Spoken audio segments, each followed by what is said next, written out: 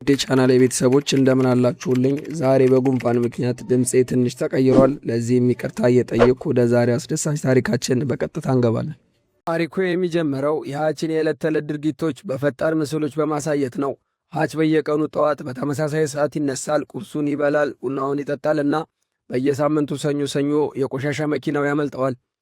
በሚስቱ ቤካና በእርሱ መካከል ያለው ግንኙነት እጅግ ቀዝቃዛ ከመሆኑ የተነሳ በአንድ አልጋ ላይ ራሱ ቢተኙ በመካከላቸው ትራስ ያስቀምጣሉ። ልጁ ብሌክ አባቱን እንደ ተራ ደካማ ሰው ነው የሚያየው። ሃች በአማቱ ፋብሪካ ውስጥ በዝቅተኛ ደሞዝ የሚሰራ በሁሉም ዘንድ የሚናቅ ሰው ነው። አንድ ምሽት ላይ ሁለት ሌቦች ቤቱን ሰብረው ይገባሉ። ሃች ሌቦቹን በጎልፍ ክለብ ሊመታቸው አጋጣሚን አግኝቶ ነበር። ነገር ግን ሌቦቹ የያዙት ሽጉጥ ጥይት እንደሌለውና እርሱም ፍርሃት ውስጥ እንዳሉ ስላስተዋለ ደም መፋሰስን ባለመፈለግ ዝም ብሎ እንዲሄዱ ይፈቅድላቸዋል። ይህ ውሳኔ ግን የቤተሰቡን ክብር ሙሉ ለሙሉ አሳጣው። ልጁ ብሌክ በአባቱ ተሸማቀቀ። ፖሊሶቹና ጎረቤቶቹ እኔ በሆን ኖሮ እያሉ አፌዙበት።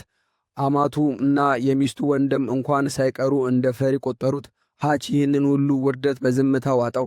ነገር ግን ትንሿ ልጁ ሳሚ የድመት ምስል ያለባትን የእጅ አምባሬ ሌቦቹ ወስደውታል ስትለው ውስጥ ያለው እሳተ ገሞራ ፈነዳ። ሃች ያለፈውን መጥፎ ማንነቱን ለመመለስ ወሰነ። በመጀመሪያ በአረጋውያን መርጃ ቤት የሚኖረውን አባቱ ዴቪድን ጎበኘ። አባቱ አእምሮን የሳተ አስመስሎ ቢኖርም ሃች ግን በድብቅ መሳሪያውንና ባጁን ወሰደበት። ሌቦቹን አድኖ ቤታቸው ሲገባ እነርሱ የታመመ ሕፃን ያላቸው ምስኪኖች መሆናቸውንም አየ። በራሱ ተበሳጭቶ ወደ ቤቱ ሲመለስ በአውቶቡሱ ውስጥ 6 ሰካራም ሩሲያውያንን አንዲት ሴት ሲያስጨንቁ አየ። ሃች እዚህ ጋር ነው ፈገግ አለ። ሽጉጡን አውጥቶ ጥይቶቹን በመዘርገፍ ዛሬ ልደባደባችሁ ነው አላቸው። ያ ተራ ሰው በሰከንዶች ውስጥ ወደ ጨካኝ ማንነቱ ወደ ገዳይነቱ ተቀየረ። በአውቶቡሱ ውስጥ የተደረገው ውጊያ እጅግ ጨካኔ የተሞላበት ሲሆን ሃች ሁሉንም በክፉኛ ቀጠቀጣቸው። ሃች የደበደባቸው ወጣቶች መካከል አንዱ የሩሲያን ማፊያ መሪ የዩሊያን ወንድም ነበር። ዩሊያን በጭካኔ የታወቀ ሲሆን የሃችን ማንነት ለማወቅ ምርመራ አደረገ። ያኔ ነው ሚስጥሩ የወጣው።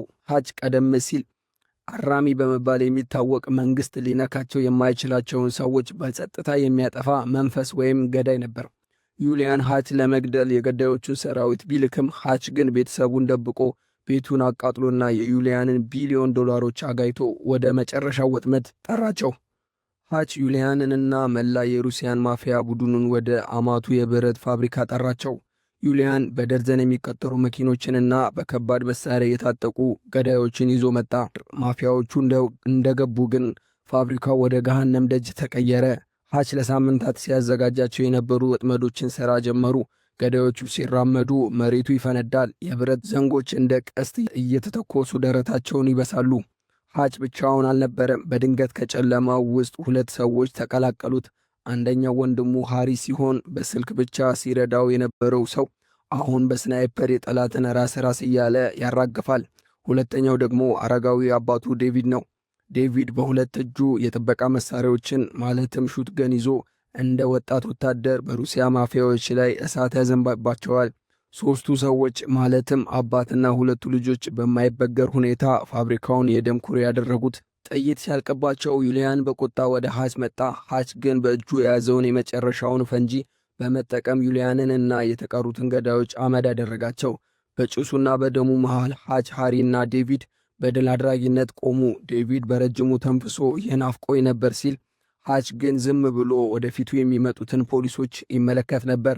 ፖሊሶቹ ሃችን በካቴና አስረው ወደ ምርመራ ክፍል ወሰዱት። 2 የደህንነት መኮንኖች ፊት ለፊት ተቀምጠው አንተ ማነህ? ሲአይኤ ነህ ወይስ ኤፍቢአይ? የትኛው የመንግሥት አካል ነህ? እያሉ ይጮህበታል። ሃች በረጋ መንፈስ ሲጋራውን አውጥቶ ለኮሰ። ከዚያም የቆሰለ ፊቱን ቀና አድርጎ በአጭሩ አያምኖ በዲ አላቸው። መኮንኖቹ የሃችን ፋይል ሲመለከቱ ገጾቹ ሙሉ በሙሉ በጥቁር መስመር የተሰረዙ መሆናቸውን አዩ። ይህ ሰው በታሪክ ውስጥ የሌለ ማንነት በመንግሥት የተሰወረ ወይም መንፈስ መሆኑን ሲረዱ ደንግጠው በዝምታ ለቀቁት። ፊልሙ ሲጠናቀቅ ሃችና ቤካ አዲስ ቤት ሊገዙ ሲሄዱ እናያለን። ነገር ግን በቤቱ ውስጥ ያለው ስልክ ሲጠራ ሃች ስልኩን አንስቶ ያዳምጣል። ያ ጥሪ የሚያመለክተው ዓለም አሁንም የእርሱን እርዳታ እንደምትፈልግ ነው።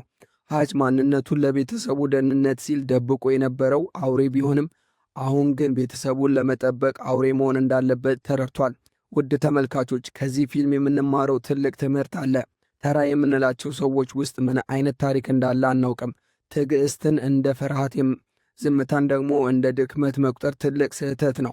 ሀች ዓለምን ያስተማረው አንድ ነገር አለ። አንበሳው ተኝቶ ሳለ አትቀስቅሰው።